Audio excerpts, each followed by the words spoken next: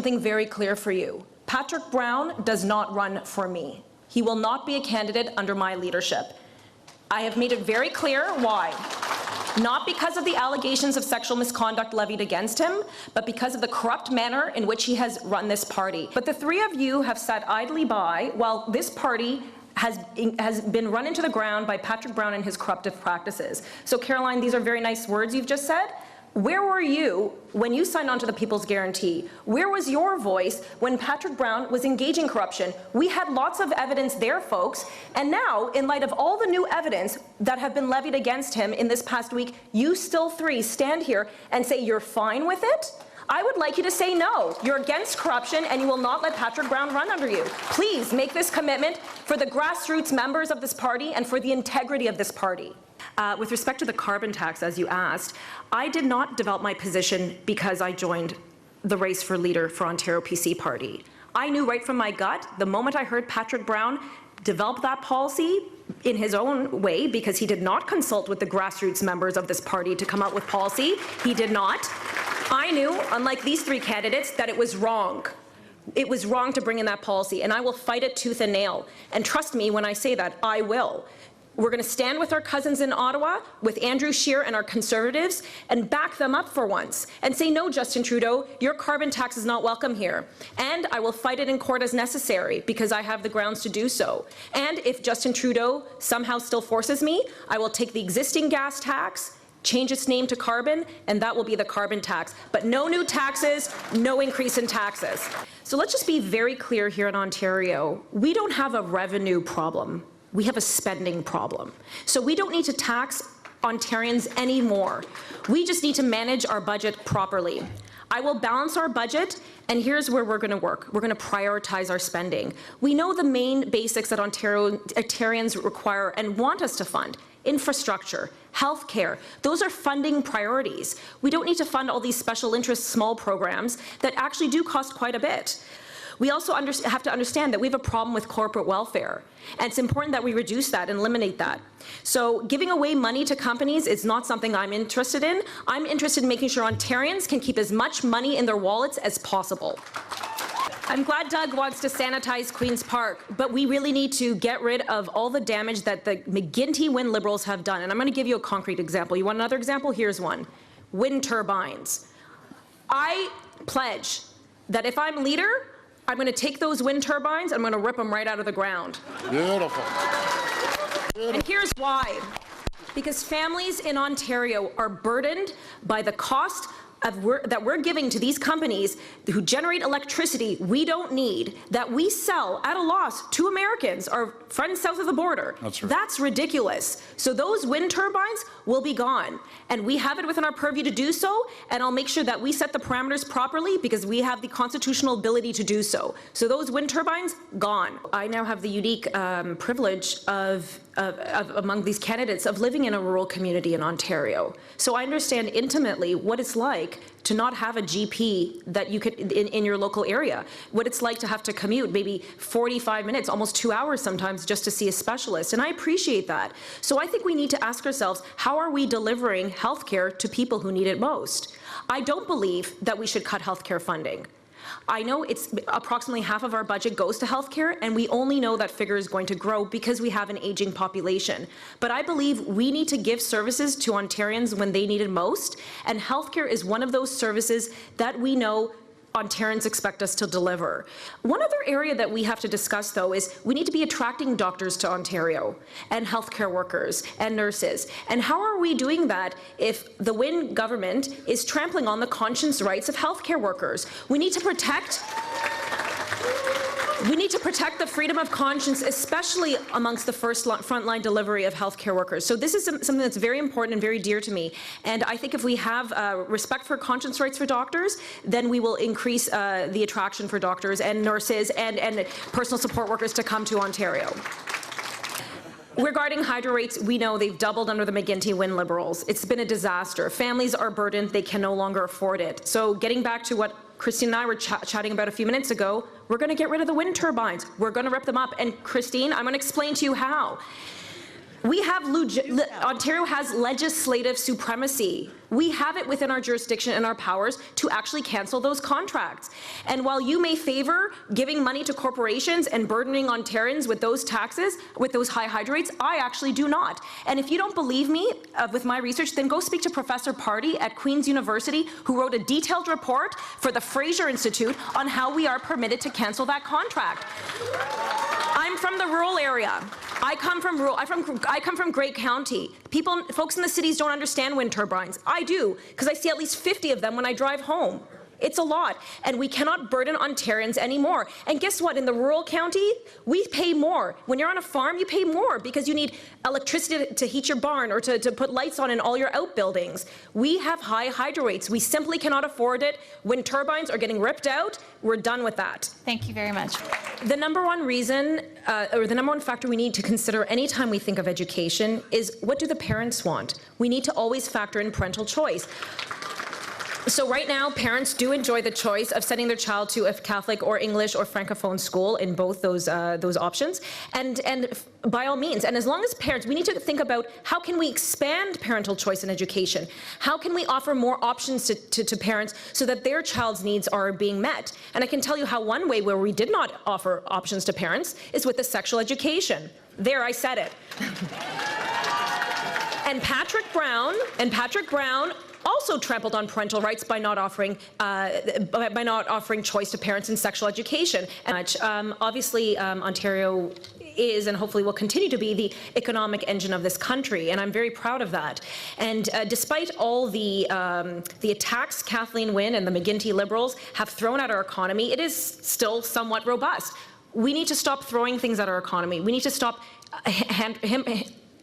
we need to stop hampering our economy by throwing things at it, by trying to slow it down with high hydro rates. That's why I said we're going to take the windmills down, because we need to bring those rates down so that we can say we're open for business in Ontario, that businesses can come back. When they see the high hydro rates or the cost of doing business in Ontario, they get scared. When we bring jobs back, that will encourage more investment in this province. And most importantly, though, you know, I'm not into making policy on the fly. I'm into consulting with the grassroots members of our party, which for some reason the last 3 years is a novel idea.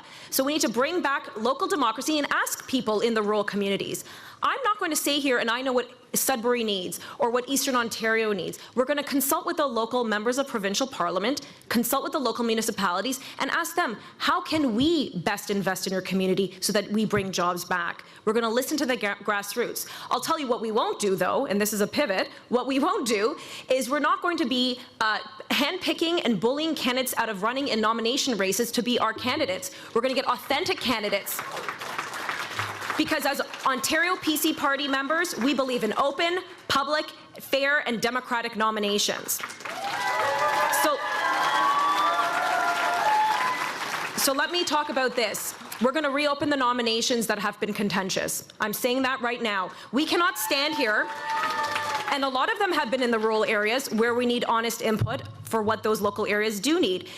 So we're going to open that up. We're going to open up those nominations, and I hope that my colleagues here on the stage will encourage to do so as well. So we have a farm. We have a farm in Grey County, and for those who don't know, it costs a lot more to live up in the rural areas. You drive a lot. Hydro rates are expensive because if you have farm and you have farming equipment, guess what? It all requires fuel or energy. So, you know, to put diesel in my tractor, that costs more. And so when we have high hydro rates and when we encourage stupidity like the cap and trade or the carbon tax, which of course everybody was supportive except for me when Patrick Brown trampled on the grassroots and brought it in, that hinders job growth in the rural communities. I get it. I live there. I understand that. So when we bring down those hydro rates and bring down costs of energy, then people can actually have that choice. Can I stay in my rural community or do I have to go to Toronto? Well, I would keep power and corruption in check. As a woman who's been actively engaged in politics for 20 years, I understand this issue very well, and I have a lot of friends who do also. I agree with Doug. We should make sure that all the laws and all the harassment laws are strictly enforced. But, you know, you bring up, you know, that people should leave if they've had allegations levied at them, and then we talk about due process for Patrick Brown. I'm going to ask you, where's the due process for the candidates of nominations who were bullied out of running under Patrick Brown and his corrupt teams? Where is the due process? you're all fine with Patrick Brown running for you. I'm not going to have Patrick Brown run for me. Read my lips. He's not running for me. I think what's important to consider when we're looking at work environments and sexual harassment policies is what kind of culture and what kind of climate do we have in that workplace.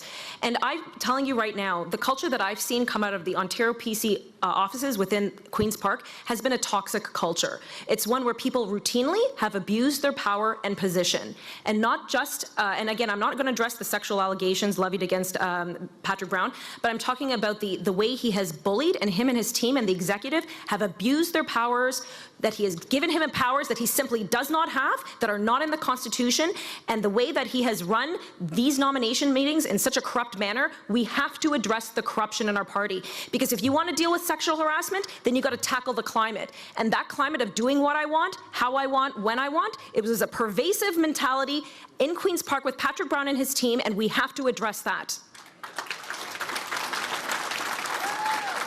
And just to be clear, I was not the first to speak about it. Sorry, let me just add one more thing. I was not the first to speak about corruption in the party. Senator Marjorie Le Breton, she spoke about the corruption that happened here in Ottawa, West Nepean. Heroes like Jim Karahalios, who led the charge, and in return, what happened? He felt the wrath of Patrick Brown. So we have good people like Senator Le Breton and Jim Karahalios who've spoken out about this toxic culture of corruption. And where has that left him? Are we going to address this big elephant in the room tonight?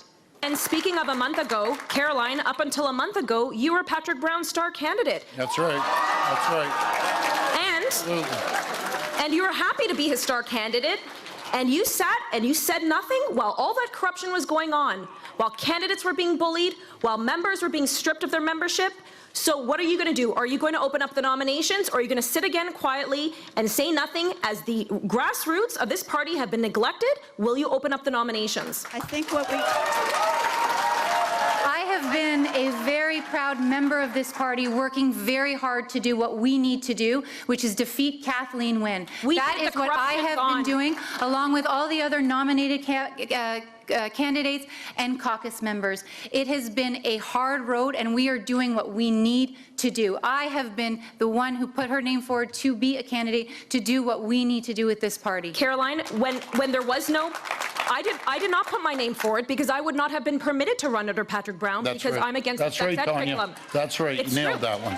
100%. So are you really going to sit here and lecture me on what you've done? Here's what I've done in the last 2 years. Here's what many of us have done in the last 2 years. We said stop the corruption. We've spoken out, and we've championed and said grassroots need to get on board, and we need to take back this PC party. When I entered this race, our party was still in shock at Patrick Brown's exit and the allegations against him. And 3 weeks later, it seems that as much as some things have changed, the more things seem to stay the same.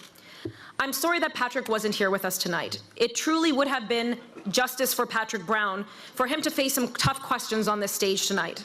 On behalf of party members, I would have held him into account for his political crimes as leader, his broken promises to Ontarians, to the parents on the sex ed issue, his broken promises to the taxpayers on the carbon tax issue, the corruption of the party and the party constitution in many, many nominations, his abuse of power and purging and suing Jim Karahalios, who exposed Brown's corrupt governance, a total waste of party donor money, the investigation into his financial dealings by the Integrity Commissioner, and of course the ongoing criminal investigation in Hamilton West.